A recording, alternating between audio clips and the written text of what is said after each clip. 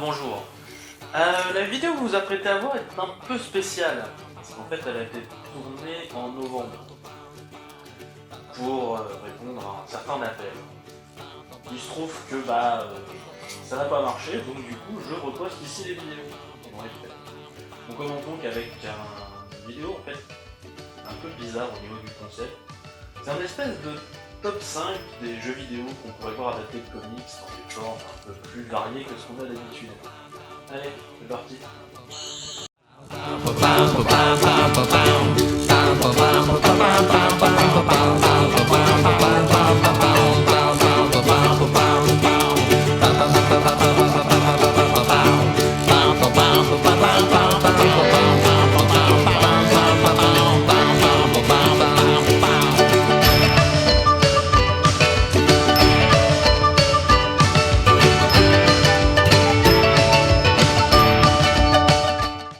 Le jeu vidéo connaît énormément de styles de jeu.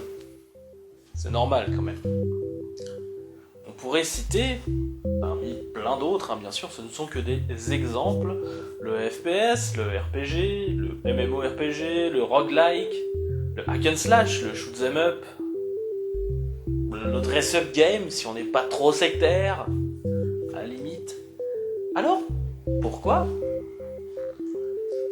je me demande, dès que l'on tente d'adapter un comic book en jeu vidéo, l'on tombe sur un jeu venant d'une de ces trois formules, à savoir le beat'em all, le jeu de combat ou fighting game, et jeu d'action-aventure. C'est en me posant cette question que je me suis dit, en quel genre de jeu vidéo on pourrait adapter certains comic books? Et surtout, est-ce qu'on pourrait trouver des styles de jeu un peu plus variés et originaux? C'est ainsi que j'ai pondu un top 5 des idées de jeux vidéo que l'on pourrait adapter de comic book. Enjoy.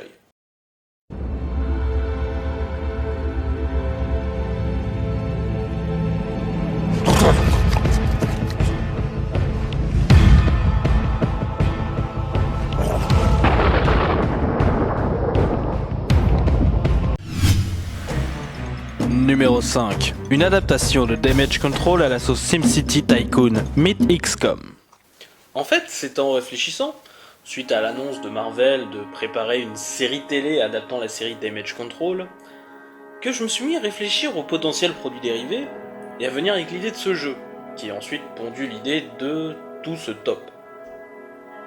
Commençons donc par expliquer quand même ce qu'est la série en comics Damage Control. Damage Control est une entreprise de l'univers Marvel qui a pour but de reconstruire les bâtiments après les batailles entre les vilains et les héros. À la base détenue conjointement par Tony Stark alias Iron Man et Wilson Fisk alias le Caïd, elle sera ensuite rachetée par le Caïd suite à diverses magouilles, puis aura un film dans l'univers Marvel, enfin un film fictif dans l'univers fictif de Marvel, puis fera partie active de Civil War et de World War Hulk. Enfin, continuité, tout ça, vous voyez le bordel. Ce qui est intéressant, c'est que Damage Control n'est pas éloigné des événements de l'univers Marvel. Il y prend même part plutôt activement. On l'a déjà vu se battre aux côtés des X-Men, se faire menacer par le Docteur Fatalis, le Punisher, Hulk même. Et il parle même à des big boss galactiques, du style Galactus ou encore le Surfeur d'Argent. Et même certains super-héros, par exemple Hercule, font partie de leurs employés.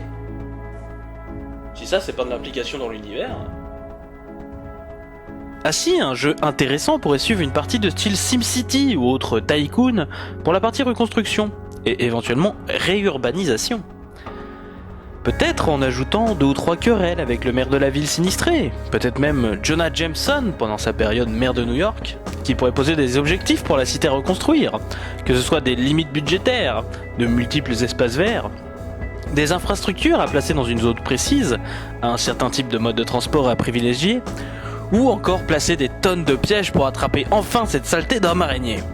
On pourrait aussi introduire des éléments à la XCOM dans tout cela, où l'on devrait rechercher de nouvelles technologies et aussi participer à certaines opérations super-héroïques, comme certaines excavations ou autres expéditions dans le cosmos, comme l'on peut le voir dans les comics d'ailleurs. Bon, imaginez les 4 fantastiques. C'est pas eux qui vont creuser les trous pour aller au centre de la Terre, par exemple. quitte à pouvoir prendre le contrôle sur quelques unités super-héroïques, en minorité bien sûr, devant défendre les employés plus limités, mais pouvant effectuer d'autres actions pendant ce temps, et bien sûr évidemment se défendre, sinon c'est pas du jeu. Il faudrait aussi pouvoir rajouter plusieurs organisations du même genre, hostiles aux joueurs. Ainsi, cela le pousserait à se presser et à devenir efficace, et ce, le plus rapidement possible, sous peine de voir les marchés les plus juteux lui passer sous le nez. Et bien sûr, lui laisser quand même des marchés, on ne veut pas non plus que le joueur se retrouve bloqué et à la faillite. En tout cas pas au début, quoi. Non, je pense que ça pourrait être un jeu très intéressant, dans le genre simulation, ça pourrait être sympathique.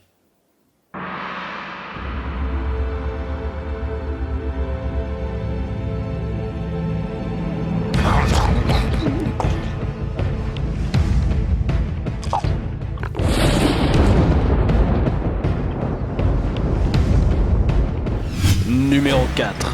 Un RTS, ou jeu de stratégie en temps réel, sur l'univers de Green Lantern. Un peu de mise en contexte d'abord.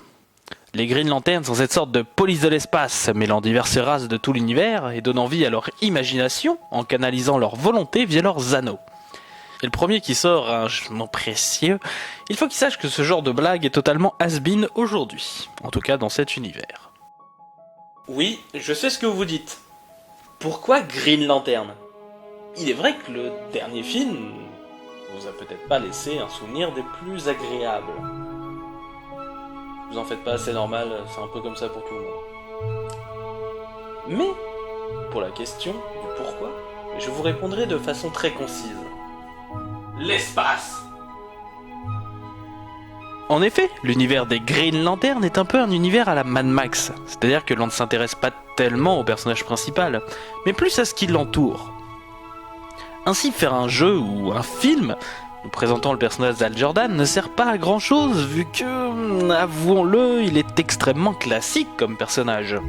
C'est le héros américain typique, sans grande fioriture. L'univers par contre est des plus intéressants, et serait un bon endroit où avoir un jeu de stratégie. Les différentes planètes, chacun avec ses propres races et ses propres coutumes. Tout l'univers cosmique de DC, tel le mur source, derrière lequel réside la connaissance suprême. Mais tous ceux qui tentent de le franchir deviennent une partie de ce même mur. Ou encore les New Gods, avec les deux planètes jumelles représentant le bien et le mal, New Genesis et Apocalypse. Oui, désolé, j'ai un peu tendance à m'emporter. J'aime beaucoup les titres matinés de mysticisme se déroulant dans le cosmos. L'idée serait donc d'avoir une histoire qui forcerait les Green Lantern à assister certaines races dans des conflits ouverts. C'est-à-dire que l'on serait un peu comme dans un jeu tel Warcraft ou Age of Mythology. Certaines unités sont très puissantes, mais en petit nombre, ici les Green Lantern, et les autres unités seraient l'armée que l'on assiste. Un peu comme les généraux Jedi pendant la guerre des clones. Quant au choix de l'ennemi, il est varié. Des pirates de l'espace ou autres mercenaires galactiques du début, l'on pourrait passer aux Manhunter, la race robotique qui assumait la garde de l'univers avant les lanternes, à d'autres corps portant des anneaux tels les Red Lantern qui contrôlent la rage, ou les Yellow Lantern qui contrôlent la peur. Pour finir sur des big boss galactiques tels Necron, le seigneur des morts, Darkseid, le mal incarné, Krona, le scientifique fou cherchant à découvrir les secrets de la création de l'univers quitte à le détruire, ou encore l'Anti-Monitor, l'être d'antimatière qui a déjà réussi à détruire 99,9% du multivers. Il me faut l'avouer, voir l'univers cosmique de DC représenté en jeu vidéo, ce serait super pour moi. Et surtout, cela permettrait aussi au grand public, ou en tout cas un public plus grand que celui des lecteurs de comics, d'avoir une meilleure image d'une Green Lantern Corps, qui, il faut bien le dire, est restée sur une image assez déplorable. Oui, parce que Warner, il faut que je te le dise, mais il était vraiment pas bon le film. Oui, pas comme ça, tu me fais mal au cœur. Voilà, il était juste pas bon. Voilà, rattrape-toi sur le prochain. Ok ? Va chercher, il y a un sucuk là-bas.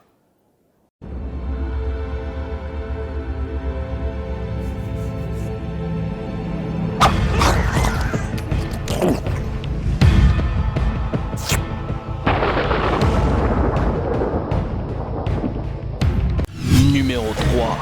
N'importe quelle adaptation de comics faite par Telltale. Je ne vais même pas tenter de le cacher, mais je suis un grand fan des jeux du studio Telltale et ce depuis pratiquement leur début. Mais, et ça je le trouve, leurs jeux adaptés de comics sont vraiment parmi leurs meilleures productions. The Walking Dead, saison 1 et 2 ont su profondément me prendre aux tripes, sans mauvais jeu de mots zombiesque. Sam & Max, qui oui étaient des comics à la base, étaient délicieusement décalés, tout comme l'original. Et surtout, je trouve que Fable The Wolf Among Us était sans doute leur meilleur jeu encore à ce jour. Non, vraiment, c'était une perle. Du coup, je ne vois pas très bien quoi rajouter en termes de gameplay. C'est pourquoi je me permettrai ici de préciser 3 par contre univers qui, je trouve, pourraient s'intercaler parfaitement dans l'univers de Telltale, et surtout dans leur façon d'écrire. La Ligue des Gentlemen Extraordinaires. Loin du gloubi-boulga nanardesque qu'est le film, l'œuvre d'Alan Moore et Kevin O'Neill est une véritable œuvre d'art. Les personnages littéraires de n'importe quelle époque peuvent prendre vie, et bien des personnages n'ont pas encore été touchés, si Telltale veut créer un scénario totalement novateur. Ou bien Telltale pourrait nous raconter les aventures de la précédente Ligue, réunissant entre autres Gulliver et John Carter. Ou encore mieux, Telltale pourrait raconter une des histoires de la fille du capitaine Nemo. Bref, de très nombreuses potentialités. Seul problème est de taille, Alan Moore est extrêmement protecteur envers ses œuvres. Telltale, il va falloir être super convaincant sur le coup. Sandman. Alors là, ça peut être très bizarre, mais suivre le maître des rêves dans ses aventures pourrait être intéressant. Surtout, l'erreur à éviter serait de faire jouer le Sandman, surtout pas, il faudrait des êtres normaux. Et oui, j'ai bien utilisé du pluriel. En comptant différentes aventures où le Sandman apparaîtrait, on pourrait créer des liens et ainsi compter une histoire bien plus vaste en recollant les morceaux. Et un élément inintéressant au premier abord pourrait devenir essentiel plus tard, etc. etc. Vous commencez à connaître l'histoire quand même. On vous l'a fait depuis un petit moment. Sandman possède clairement tous les atouts pour permettre une adaptation au moins aussi riche et foisonnante que l'a été celle de Fable The Wolf Among Us. Voire plus, ce n'est pas pour rien que Sandman a été le premier film de comics à recevoir un prix littéraire. En plus, c'est du Gaiman, ça peut que être bon. Hellboy. Un univers mythique, traversant différentes époques alors que le Hellboy lui-même les traverse aussi. L'histoire de la destinée du Cornu Rouge serait excellente à raconter. De même, l'univers est extrêmement vaste et surtout, il faudrait pouvoir avoir une ambiance imitant celle des dessins de Mike Mignola. Oui, non là je dois l'avouer, ce serait le pied quand même. Celui-là.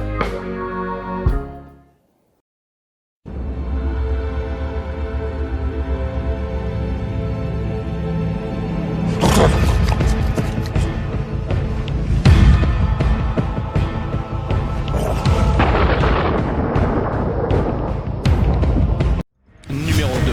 Un MMO mélangeant DC Universe Online et The Secret World. Bon, je vais pas mentir, à la base, cela était mon numéro 1, jusqu'à ce qu'il soit supplanté dans ma tête par une autre idée, qui est tellement badass qu'elle l'a viré à coups de pied au cul. Mais bon, c'est pas encore le moment pour cette idée, donc revenons à l'idée initiale, c'est-à-dire le numéro 2. Qui est donc de mixer l'impression assez incroyable d'incarner un super-héros et d'être vraiment libre de DC Universe Online à, on va dire, cette richesse d'immersion et cette richesse aussi du scénario de The Secret World. Car oui, DC Universe Online est un bon jeu. Et j'aime beaucoup notamment cette sensation de liberté concernant le déplacement super-héroïque et le fait de se déplacer en 3D dans des décors iconiques, une sensation que j'ai beaucoup plus de mal à obtenir dans, disons, Marvel Heroes. Mais avouons aussi que le scénario dans DC Universe Online est... mouais. Juste mouais. Il n'est pas extraordinaire, mais il va pas non plus jusqu'à verser dans l'indigence. Un domaine où Secret World, le MMO horrifique et cultiste, par contre, excelle grandement.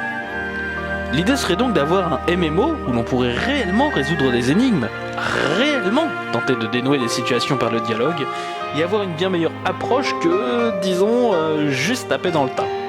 Ce serait alors le MMO de mes rêves les plus fous. Mais, comme je l'ai déjà dit, il a pourtant été éclipsé dans ma tête par un autre projet. À savoir...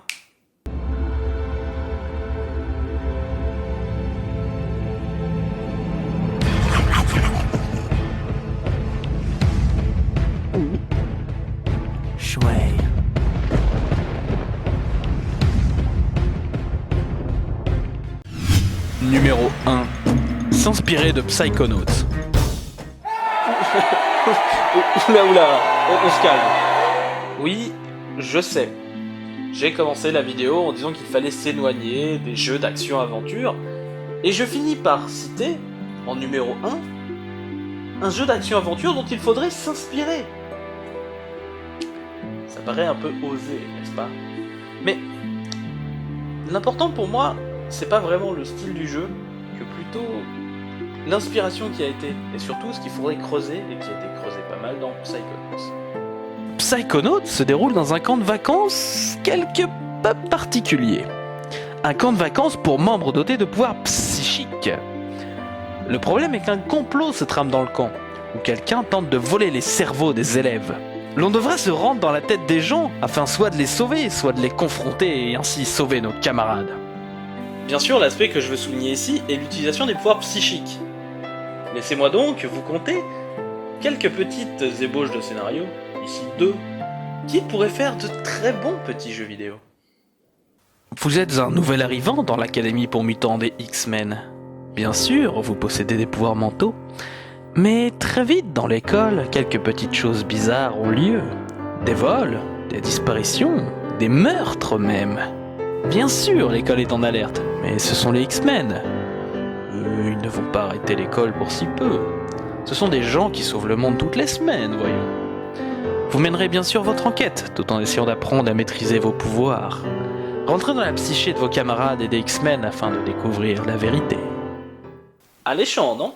Mais laissez-moi vous conter une autre histoire. Votre nom est John Jones. Vous êtes un détective privé, et votre seule arme pour résoudre les affaires de crime qui vous tombent dessus est votre cerveau. Heureusement pour vous, ce cerveau n'est pas ordinaire, car vous êtes un alien, le Martian Manhunter, et doué de télépathie, de pouvoir de métamorphe et de pouvoir traverser la matière. Cela serait-il suffisant pour résoudre les divers mystères qui se dresseront face à vous? Bon, ok, ça reste encore un peu nébuleux comme ça, mais forcément ce ne sont que des ébauches de jeux vidéo. Mais, il faut l'avouer, un jeu qui consisterait à résoudre des crimes et des enquêtes en plongeant dans la psyché des gens, voilà qui me plairait fortement, et je trouve, vaudrait clairement le coup. Celui-là. Enfin voilà, c'est sur cette blague un peu stupide, et surtout répétitive, que je termine mon top 5 des idées de jeux vidéo que l'on pourrait adapter de comic books. N'hésitez pas à proposer les vôtres dans les commentaires, je suis sûr que ça m'intéressera grandement, et je suis un peu moins sûr, mais à peu près sûr quand même que ça intéressera d'autres gens. Voilà, donc n'hésitez pas à les poster. En attendant, n'hésitez pas à lire, à jouer, et surtout en définitive à rêver. Voilà, à la prochaine. Je ne vais même pas le cacher. Je suis... Ah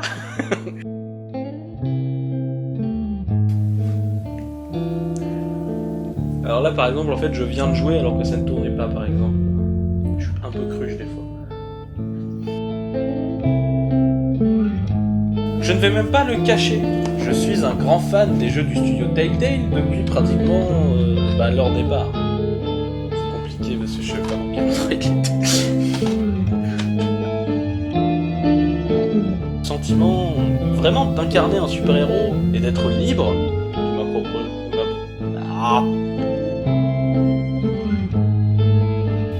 Alléchant, non? Mais laissez-moi vous montrer... Là où il y a des robites.